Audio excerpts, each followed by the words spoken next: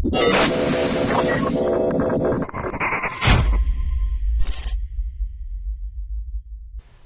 today we are going to be talking about very easily the least versatile Ultra Beast.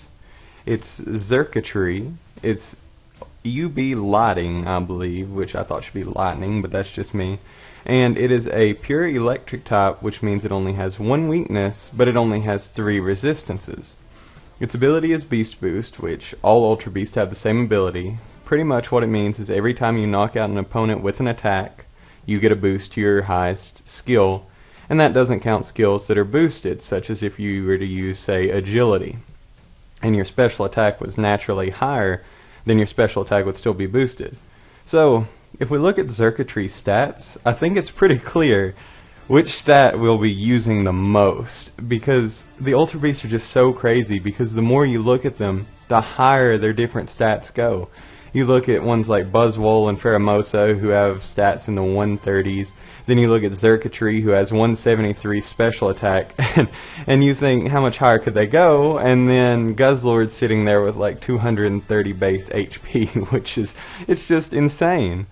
But Xurkitree, while he does have very high special attack, he suffers from a shallow move pool. So the most common set I thought he could run would be Choice Scarfed, Timid Nature because he really doesn't need the extra power, and the extra speed could definitely help him out. Max out his special attack, his speed, and 4 in either one of your defenses. Your main 2 moves obviously will be Volt Switch and Thunderbolt, because anything that's not immune to them is going to get hurt very, very badly by one. And then from there you're just going to want your coverage. So the main coverage that this Pokemon gets are the moves Dazzling Gleam, Energy Ball, Hidden Power, and Signal Beam. And that's about all he has to work with, sadly. He does not get Shadow Ball, which is what saves Jolteon so much, and why it is so good, is because while it does mainly benefit from the Electric Stab, it does have Shadow Ball that's very reliable for hitting non-normal types for at least neutral damage. So, no matter what you run on this Pokemon, it will run into things that wall it, such as Magnezone and Magneton that'll wall it if you decide to run anything that's not Hidden Power Ground. So, in my opinion, the best 2 moves would probably be Dazzling Gleam and Hidden Power Ground, but really it's what your team needs and what you're lacking, and since there are so many fairies, Dazzling Gleam may not be your first choice. Now, the set that much more people are looking at is a setup set, because not only does this Pokemon have 173 base special attack, it also gets the best special attack boosting move in the game in Tail Glow. So the item on this one really depends on how the rest of your team is set up. If you think that he'll be able to take a hit otherwise, Leftovers is a good item to help him heal while he's absolutely obliterating your opponent.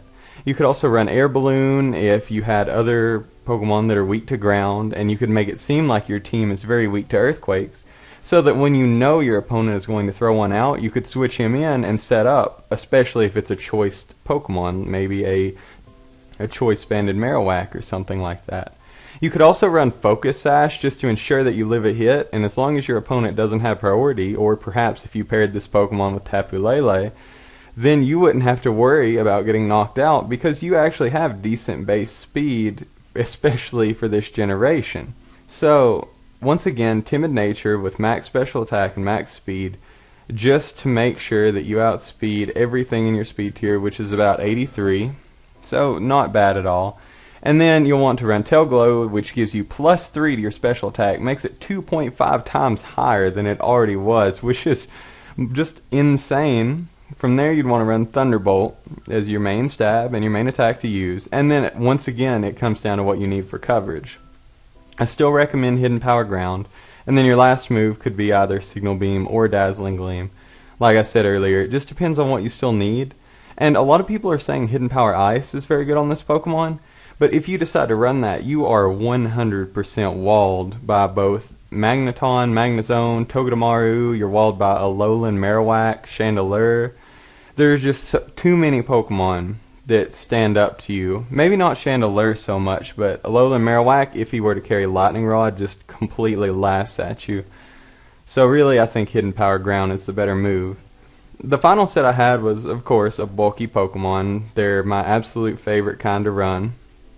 I was thinking, yet again, a timid nature, but instead of giving yourself any investment in special attack, put it all in speed, HP, and defense, and that should actually be either 8 defense or you could put 4 in both, maybe 8 HP, just something to do with that extra point or two. So I thought for this set, if you brought it in and your opponent assumed you were choice scarfed, you could set up a substitute or a Calm Mind, and then if you already had the substitute up, you could then from there set up a Calm Mind and try to wall out your opponent's special attackers. After this, all you would need is your 2 attacks. Obviously, the first one would be Thunderbolt. The second one, like I said, Hidden Power Ground is probably best, but it's just whatever you choose. Now, other moves this Pokemon gets, and it doesn't get a whole lot past what we've already covered, but it does get Charge Beam, which if you were to run, say, an Assault Vest, Xurkitree, then maybe that would be handy. You could run Thunder Wave or Toxic if you needed it to be more supportive, even though its stats scream for it to be offensive. You could run Dual Screens, it gets both if you really needed it to do so. For doubles, it does get Discharge, so if you were running something like a Lightning Rod or Volt Absorb Pokemon on your team, and you just wanted to fire off some very, very strong discharges, then you could do that. And you could even use, I saw a set that a friend told me about.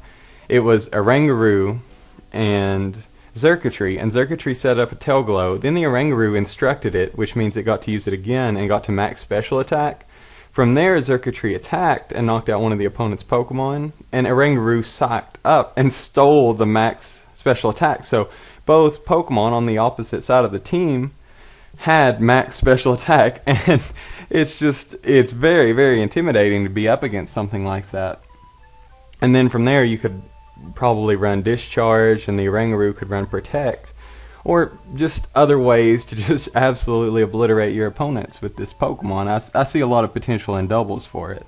And then finally, it does get some semblance in the way of weather offense. It gets Rain Dance and Thunder, which means it could have a slightly stronger attack. And if you were already running a Rain team, obviously he would enjoy the perfect accuracy Thunders very well. And then if you were running a Sun team, even though Thunder obviously wouldn't be the right move to run because it loses accuracy, I believe, Solar Beam would also be an option if you really wanted to run an electric type on your Sun team.